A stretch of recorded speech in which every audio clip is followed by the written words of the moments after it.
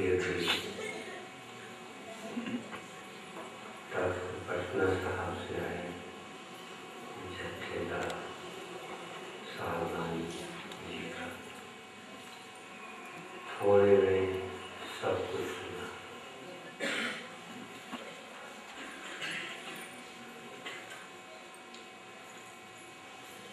जो उत्पन्न होता है वह नष्ट होता है, जो जो सो विवसी परो आज की बात।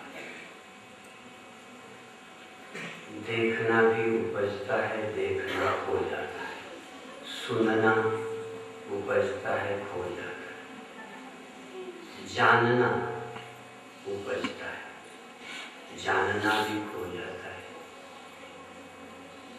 दृश्य ही नहीं, हमारी समझ में, हमारे अनुभव में जानना भी कुछ देर रहता है, फिर खो जाता है। ऐसा जानने वाला जिसका जानना कभी नहीं खोता, उसको ब्रह्म कहते हैं, उसको आत्मा कहते हैं। जो जानना उपाधि से होता है, आंख से मिलकर देखना होता है, और आंख कभी न कभी खोएगी तो देखना खो जाएगा। चेतन नहीं खोएगा, देखना। सुनना खोएगा, चेतन नहीं। और जिसको अभी हम चेतन कहते हैं वो अंतःकरण के कारण वह जानना, चैतन्यता भी खो जाती है। पर एक चेतन जो सब में है, जो कि पूज्य महाराज जी के संत दलेर सिंह जी की बात कही तो मुझे वो भी एक बात याद आ गई। जब हम नगर चले थे, वो कहते थे, लोग रट के बोलते हैं, बाहर भीतर एक रस, जो चेतन भरपूर, विभु नव सम सो ब्रह्म है, नहीं मेरे नहीं दूर।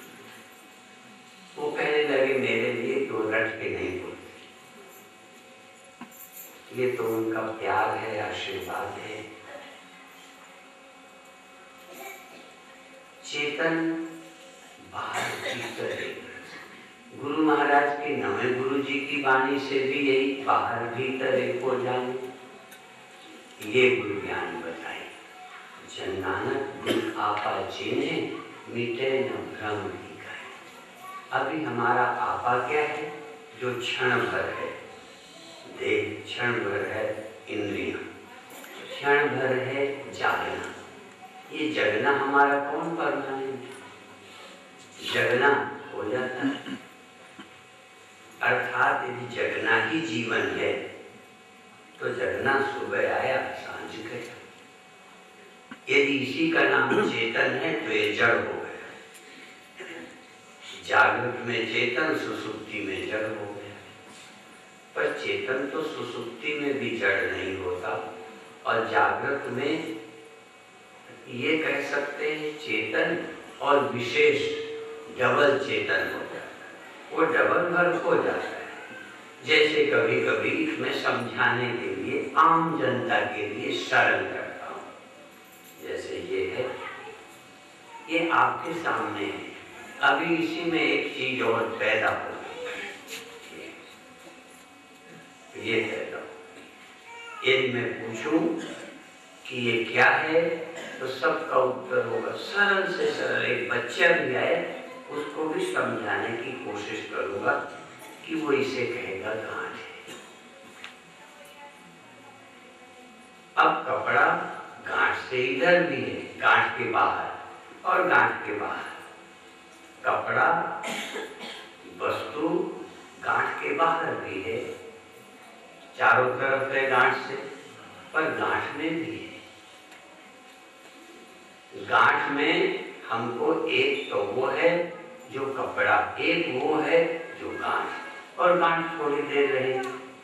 अब जिनकी समझ में गांठ है वो कहेंगे गांठ खत्म हो गई, पर जिनकी समझ में गांठ में भी केवल कपड़ा ही था, गांठ तो सिर्फ मालूम पड़ती है, वो वस्तु नहीं है। तो जो चैतन्यता हमको जागृत में मालूम पड़ती है, सुनना देखना ये मात्र प्रतीति है। वास्तविक चेतन पैदा नहीं होता, जैसे वास्तविक अस्तित्व पैदा नहीं हुआ, वो तो पहले था पैदा होने के। जो पैदा हुआ वो थोड़ी देर रहे, जो पैदा हुआ वो कहीं है कहीं नहीं है, यहाँ है यहाँ नहीं है। यदि और गांठें लगा दूं तो एक गांठ दूसरी से अलग है, जैसे हम आपसे अलग है, आप हमसे अलग है। मेरा जगना आपका जगना अलग अलग, पर हम सबके पीछे एक है। उस एक का सुमिरन करना, उस एक को खोजना। ये नहीं है कि वो चीज किसी संत ने और कुछ कही, वही कहा है, पर वो हमारा अनुभव बन जाए। जो अनित्य है, क्षणिक है, चाहे वो जड़ है चाहे क्षणिक चैतन्य है। जड़ तो है ही नाशवान, जो चैतन्यता हमको पैदा होती मालूम पड़ती है वो खो जाती भी मालूम पड़ती है। इसीलिए हमको चेतन पैदा होता हुआ और खोता हुआ, जन्मता हुआ और सीमित चेतन मालूम पड़ते हैं, पर चेतन तो एक है, असीम है। और जिससे सीमित उपजता है, जिससे एक उपजता है, उसी से सब उपजते हैं। उस एक को पहचानना, तो अब हमको देखना है कि क्या क्या उपजता है। देखना, सुनना, सूंघना, छूना, जगना, ये जगना उपजा, अजगना खो। पर कोई चीज जब उपजती है तो उपजने के पहले शून्य से नहीं उपजती। गांठ यहाँ नहीं है, कपड़े में। कपड़े से स्वतंत्र गांठ न पैदा होती है, न रहती है, न दिखती है। न रहती है, न दिखती है, न होती है। तो चैतन्यता भी उपजती है, तो किससे उपजती है? चैतन्यता किससे मालूम पड़ती है? चैतन्यता किसके रहते खो जाती है? तो जिससे ये चेतन का पैदा होना, लगता है रहना और खो जाना, ये चेतन का जो साक्षी है वो सबके भीतर है, उसको खोजना है, वो पैदा नहीं होता। जब हमारी मैं उपजने को मैं मान लेती है तो अहंकार है। उपजी हुई चेतना को मैं मानना, ये जड़ चेतन की गांठ है कि और नहीं की गांठ। देखो ये है और ये नहीं है, अब दोनों की गांठ लग गई। ये तो गांठ है ही, एक है एक नहीं है, दो मिल करके ये दो की गांठ हो गई। एक नहीं रहने वाला, एक रहने वाला, दोनों इकट्ठे। तो रहने वाला जो सब जगह था, बाहर और भीतर, वो केवल लगता है यहाँ है, एक जगह। चेतन सब जगह लगता है यहाँ है, अलग अलग है। ये जो चेतन एक जगह लगने लगा, यही सीमितता है। जो असीम था उसमें सीमित, जो सदा है उसमें क्षणिक। सदा रहने वाले में थोड़ी देर रहने वाला, और एक में अनेक। अभी तो मैंने एक ही दिखाई, यहाँ और भी बना दूं तो एक में अनेक। अनेक और कुछ देर रहने वाले, ये सब असत्य है, क्षणिक है, सीमित है। एक एरिया में दूसरे एरिया में अलग, एक सब जगह। अब ये गांठ क्या है? चेतन की और अहंकार की ग्रंथि गांठ पड़ गई। अहंकार सीमित है, चेतन असीम है।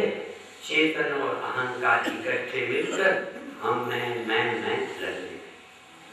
इस एक हिस्से का नाम नाशी। एक हिस्सा न रहने वाला, एक हिस्सा सदा रहने वाला। न रहने वाला वास्तविक नहीं, झूठ की और सच की गांठ लग गई। न रहने वाला और रहने वाला, तो न रहने वाले की गांठ रहने वाले से लगेगी कैसे? फिर भी लग गई। गोस्वामी जी कहते जड़ चेतन ग्रंथि परि गई, यद्यपि मृषा छूटत कठिन, श्रुति पुराण बहु कहे उपाय, छूट न अधिक अधिक उड़ जाए। खोले खोले लोग मर रहे, खुलती ही उलझे पड़े। जरा सा कृपा हुए, संत कृपा हुए, वाणी का हृदय में प्रकाश हो जाए, फिर ग्रंथि खुल जाए। और रामायण में का खोलत ग्रंथि देख खगड़ाए।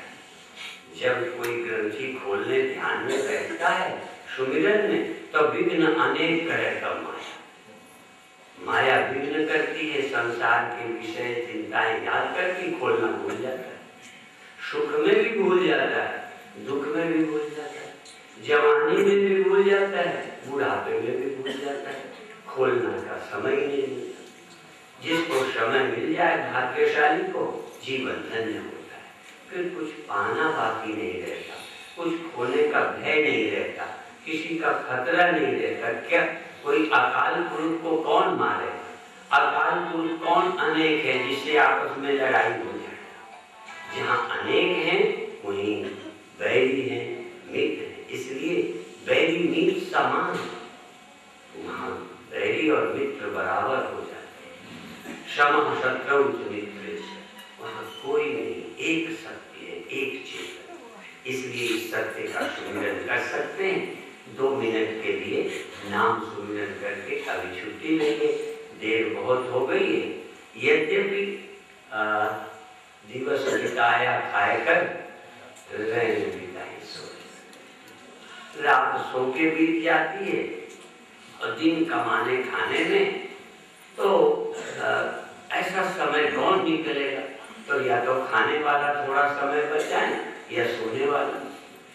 अब खाने सोने से भी बचता है तो वो भी खाना ही है, सुख भोग में, खेल तमाशे में। अर्थात हम सुख के पाने में समय गंवा देते हैं, और जो सदा रहने वाला सुख है, सच्चिदानंद, उसको हम नहीं भूल पाते। इसलिए भाग्यशाली हैं जो कमाते खाते काम करके थोड़ा समय निकालते हैं। इसके लिए सब जगह कथा सुनाई देती है कि जिंदगी जब तक रहेगी फुर्सत न होगी काम से, कुछ समय ऐसा निकालो, प्रेम कर लो राम से। राम माने परमात्मा, गुरुओं ने राम नाम का, तो राम का अर्थात सब में रहने वाले का, सबका आश्रय। मेरा मेरा असली मैं, मेरे नकली मैं की ममता छोड़कर मैं की करिए जान। जो मैं सबसे परे हूँ, 3, 4 और 5, मैं देह हूँ, मैं ये हूँ, मैं जगता हूँ, मैं सोच, ये मैं माया मात्र है। माया मात्र विदम द्वैतम अद्वैतम परमार्थ का, उस परमार्थ का स्मरण करें। आप आंख बंद करके एक बार ध्यान को पेट में लें, श्वास लें, थोड़ा पेट में थोड़ी सी श्वास भरें, हल्की सी। कोई प्राणायाम नहीं करना, श्वास को पेट में ले जाके थोड़ा सा पेट फैल जाए और फिर श्वास लौट जाए, पेट दब जाए। जैसे गुब्बारे में हवा भरते हैं, ऐसे पेट में हवा भरे, धीरे धीरे भर जाए और धीरे धीरे गुब्बारे से हवा निकल जाए और तुम भीतर बैठे रहो। उस गुब्बारे में लोग बाहर से हवा भरते हैं, इस गुब्बारे में तुम भीतर बैठे हवा भर लो, हवा निकालो। तुम इस गुब्बारे के भीतर चैतन्य हो। हवा को धीरे धीरे भरो, होश में भरो, सजग रह के भरो और धीरे धीरे श्वास छोड़ दो, सजग रहते। शरीर को बैलून समझो, गुब्बारा समझो। ये पेट नरम नरम रबड़ है, इसमें हवा भर ली, उसमें छेद से बाहर से लोग फूंकते, इसमें तुम भीतर बैठे श्वास को भर लो और श्वास को धीरे धीरे छोड़ दो। 2 बातें, प्रसन्न रहो, एकाग्र रहो और होश में रहो। तुम चैतन्य हो, ये ध्यान रखो। तुम जड़ नहीं हो, बेहोश नहीं हो। गुब्बारा भरे जड़ हो और तुम तो चेतन हो, हवा भरने वाले। चेतन हो, एकाग्र हो, सावधान हो, तो और प्रसन्न हो। तुम सत्य हो, तुम चैतन्य हो, तुम आनंद हो। श्वास लो, श्वास छोड़ो। अब इसी में चाहो वाहे से श्वास भरो और गुरु से छोड़ दो। वाहे गुरु। कोई मतलब नहीं है बाहर की दुनिया से। बाहर और भीतर सब एक ही है। बाहर भीतर का भेद छोड़ दो। तुम तो चेतन रहो, सजग रहो और वाहे से श्वास धीरे धीरे भर दो और धीरे धीरे छोड़ दो गुरु से। वाहे गुरु, वाहे गुरु। इतनी देर प्रेम, प्रसन्न, एकाग्र, शांत लगा दो सारी चिंताओं को आग। आज तक की सोच को आग लगा दो। आज तक के संस्कारों को फूंक दो। बस वाहे गुरु, बस इस शब्द के सिवा कोई सुमिरन नहीं, कोई कल्पना नहीं, कोई इच्छा नहीं। श्वास है, धीरे धीरे देखना चला जाएगा, सुनना चला जाएगा थोड़ी देर के लिए। और बाहर की स्मृतियां जो अभी तक देखी थी, वो जो अंदर है वो भी चली जाए। स्वप्न देख के जागते हैं तो याद रहता है। ध्यान करने में कभी कभी पुराना देखा हुआ संसार, सुना हुआ संसार, किए हुए कर्म याद आएंगे। अब वो सब किए कराए कर्मों से भी आग लगा दो। लगाकर सब कर्मों में आग। अरे तू निज स्वरूप में जा, तू चैतन्य होकर जा। धीरे धीरे बस नाम के अतिरिक्त, मंत्र के अतिरिक्त कुछ भी नहीं। तू चेतन। फिर ध्यान कर, तू चेतन है ना जब श्वास ली। जब वाहे कहा तो चेतन है ना। जब गुरु कहा तो सजग है ना। बेहोश तो नहीं है, बाहोश रहे, सजग रहे, चेतन रहे, शांत रहे, प्रसन्न रहे। तू सत्य, तू चैतन्य, तू आनंद। और यदि कोई चीज न रहे तो वो असत्य है। जो न रहे वो जड़ है, वो एक ख्याल है। सत्य तो कभी जा ही नहीं सकता। सत्य तो आता नहीं, सत्य कहीं जाता नहीं। आता जाता है ख्याल, आता जाता है मन। सावधान होता है मन, असावधान होता है मन। और मन तो ज्योत स्वरूप है, अपना भूल गया। मन बन के नहीं, चेतन को मन नहीं बनाना, मन को चेतन में लीन करना है। पानी को बुलबुला नहीं बनाना, बुलबुले को पानी में खो देना है। ये मन बुलबुला है, तू चैतन्य जल है। तू केवल उतना ही नहीं जितना मन है। मन में भी तू है, और जहाँ मन नहीं, जब मन नहीं, तब तू है। तू बुलबुले में भी है, तो बुलबुले के बिना भी है। इसी तरह तू वृत्ति भी है, तू बिना वृत्ति का भी है। तू मैं में भी है, और मैं जहाँ नहीं है, मैं की कल्पना जहाँ हो जाती है, वहाँ भी तू है। बस ये स्मरण करता हुआ धीरे से सहज भाव से अभी छोड़ दीजिए और आगे के जैसी सूचनाएं हैं उसे सुनिए। वाहिगुरु जी का